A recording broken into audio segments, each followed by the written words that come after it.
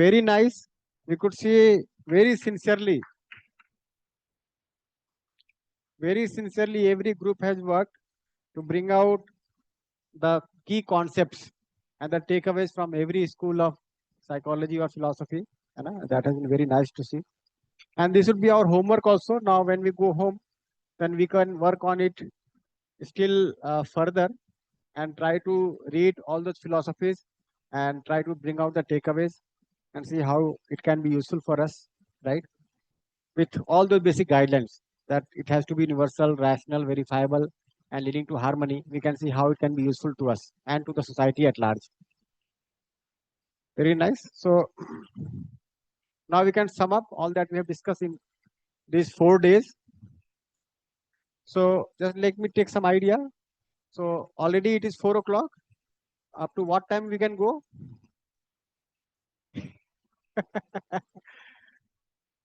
No, because I have to sum up and then you have to share. And 50 people are here at least. So how do we share?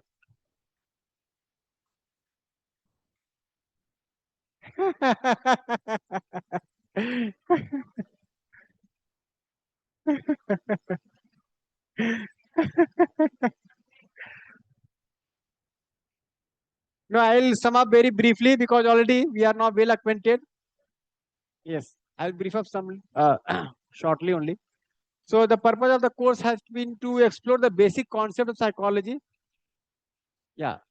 So it has been to understand or explore the basic concept of psychology with an emphasis on developing the clarity about full human potential and to study the work done in psychology so far.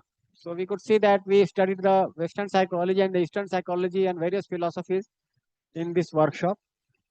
Then to identify the steps for going from where we are towards realizing our full human potential. So basically the purpose is to develop the self, at a personal level, how I can develop myself from where I am to where I really want to be. To initiate or strengthen the process of self-exploration, to become aware and make effort for realizing our full potential. So this has been the purpose of this course. And we discussed all these 6 points.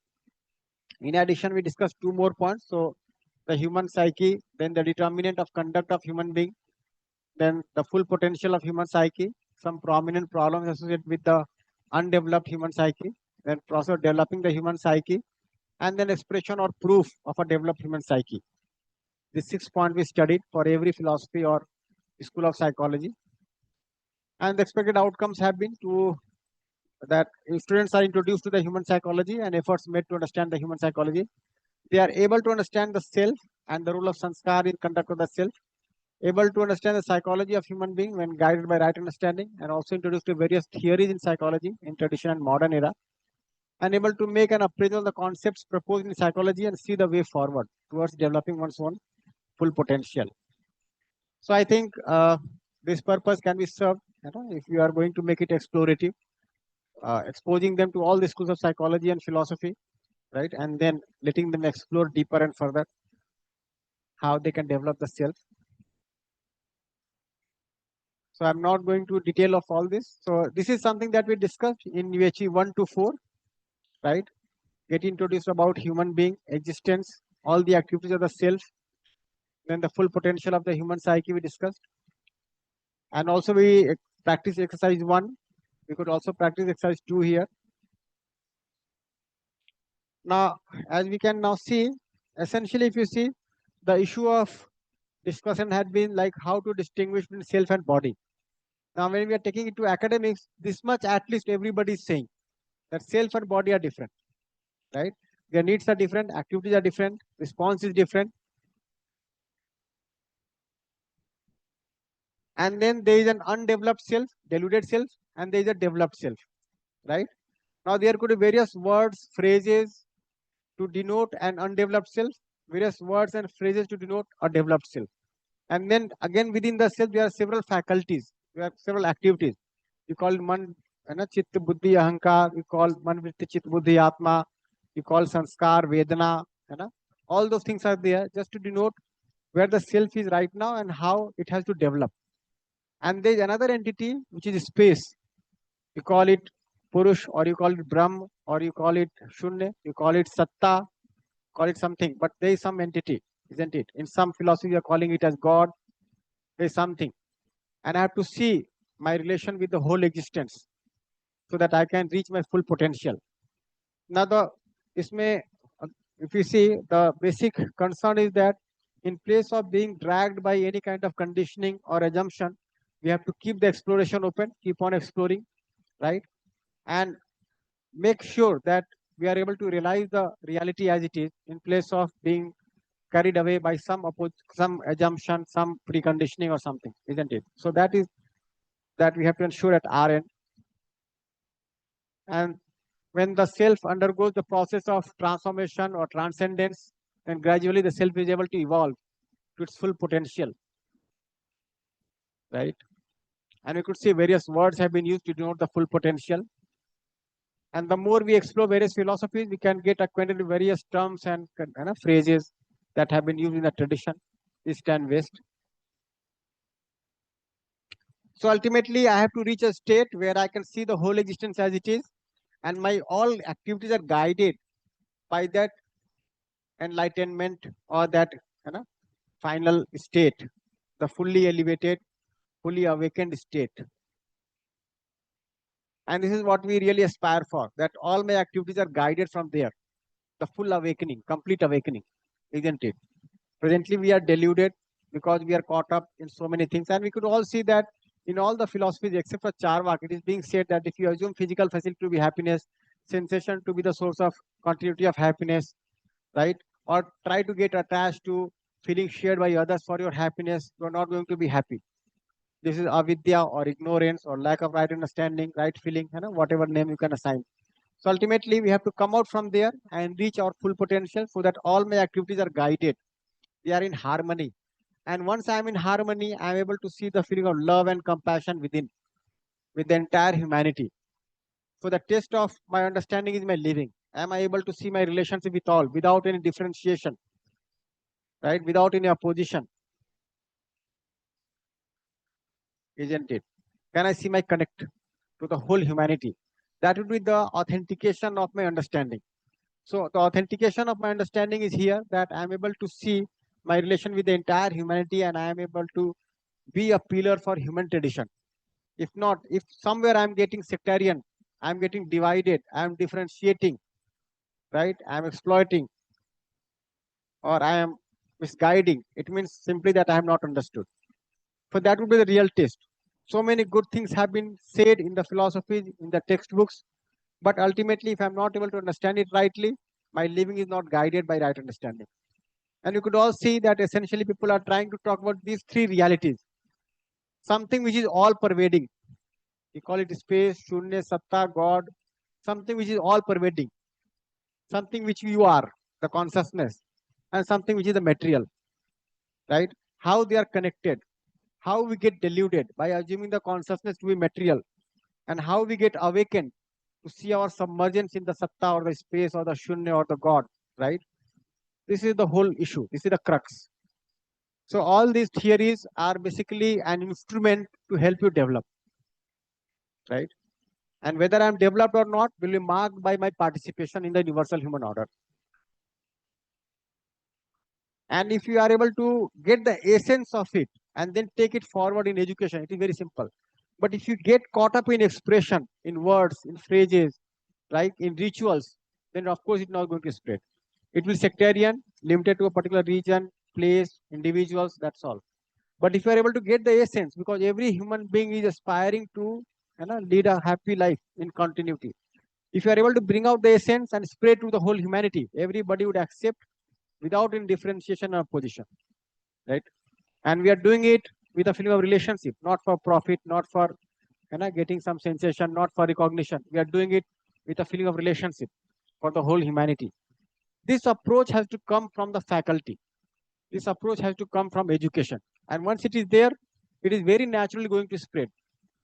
So the way we are saying that in 10 years, one person can develop oneself, and in another 10 years, one can develop 10 more people.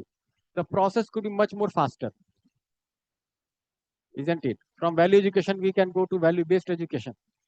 and then we can go to value-based living. And this is something very much observable. We are able to see that people who have invested themselves are able to move in that direction, and that is quite possible. That can happen.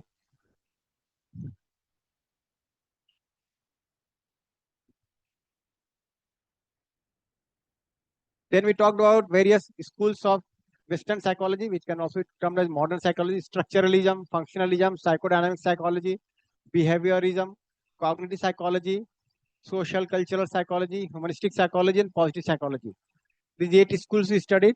So as we opened up for various philosophies, in a similar way, we can also go through various schools of psychology that are developing now. Somebody is developing sustained model of happiness, right? Somebody is talking about some other theory of psychology. We can get exposed to that also. See what is there in it which can be useful and what are the limitations. How do they define a human being? How do they define the role of a human being in the entire existence? How do they define human conduct? All those things we can make out, and that would somewhat uh, give a basic understanding to us about psychology. Similarly, we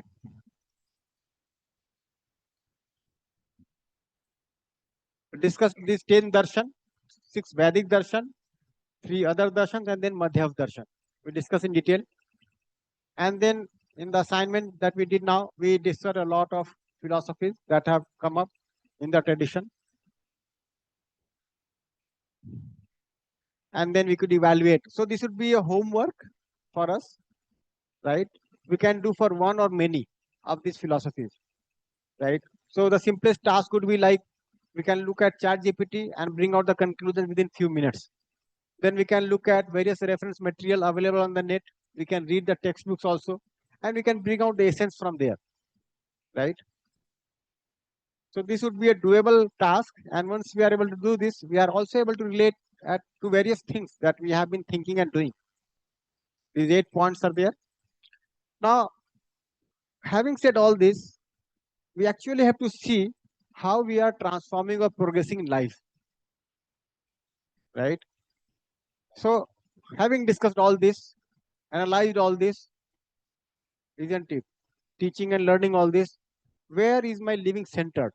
Am I still caught up in physical facility, trying to accumulate and indulge for my happiness, or I am caught up in my body, assuming myself to be the body and trying to ensure happiness through body, or I am living at the level of sensation, still working for sensual pleasures for my happiness, or I am trying to fetch favorable feeling from other for the sake of happiness, or I am trying to ensure the right feeling within. So what is the center of my living, isn't it? So having done all this, ultimately we have to see what am I doing as a human being, as a self, right? Where is my attention? Where is my focus? What is the center of my being? Similarly, we can see whether I am able to make out whatever is going on in my imagination correctly. I am able to evaluate it. I am able to ensure harmony in it. And for that, whether I am able to make out my sanskar, my imagination, my acceptances, the preconditionings. So to what level am I able to develop? Am I able to see all this? And we could see that in various ways it has been said that we have to come out of those sanskars. We have to get rid of those sanskars which I have made due to avidya, ignorance. And then for this, I have to be a pure observer. Now, I'll say that having attended UHV 1, UHV 2, 3, 4, and UHV 6, now we can try to operate at this level, 2A. It may take some time, but at least this could be our program, that I have to be the pure observer. You'll see that it may take some time and effort for you to begin with, but once you are able to prioritize this, once you are able to see how this resolves me and my life and my relations and my participation, you may continue to be there as a pure observer. And there you can be in a position to evaluate so many things and make the right program for yourself. So we can try to observe things at 2A, and others would be taken care of, right? So you can see for how much time in a day I am able to observe. For that, you may have to sit separately with yourself and observe, or you can be so pertinent, so I'll say persistent in your observation that you are able to observe every moment very naturally. so that we are able to realize the whole existence as it is. So one has to make out for oneself and then try to see if one can place oneself at 2A. The crux lies, and you can see that various languages have been used, but ultimately people are trying to be the pure observer. Okay. That was the essence that came out. Unless you are the pure observer, unless you are able to observe the reality as it is, you are going to be caught up in ignorance. Okay. So that happiness becomes my innate nature. Nice. So I had to share only this much. My task is done. Now we can share our evaluation. So yeah.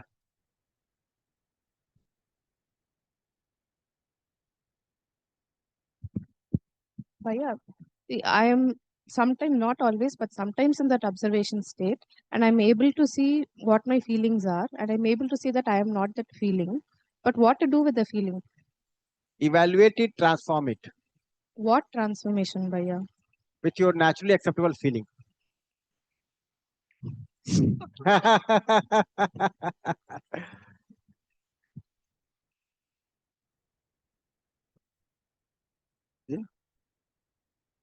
These are shift. The first shift that I have to take is this one. That from this body and physical facility, I am able to shift here at least, so that I am focused on the self. Then the second shift takes place here.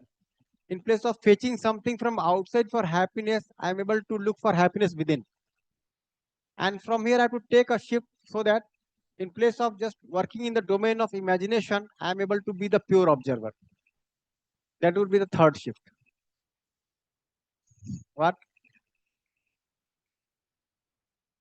Yeah, and you have to sustain it. If you sustain this part, yes, the rest would be taken care of. Because you are there, existence is there. Only you have to observe. If you keep observing, things are going to be clear very naturally.